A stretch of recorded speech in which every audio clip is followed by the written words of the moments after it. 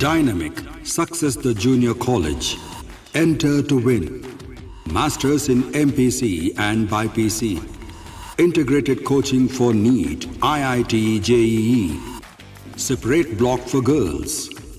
Better coaching, better planning, better environment with better results. Opposite Madanapet Mandi, Saeedabad, Hyderabad. Phone 04029701124. An Institute of Success Schools.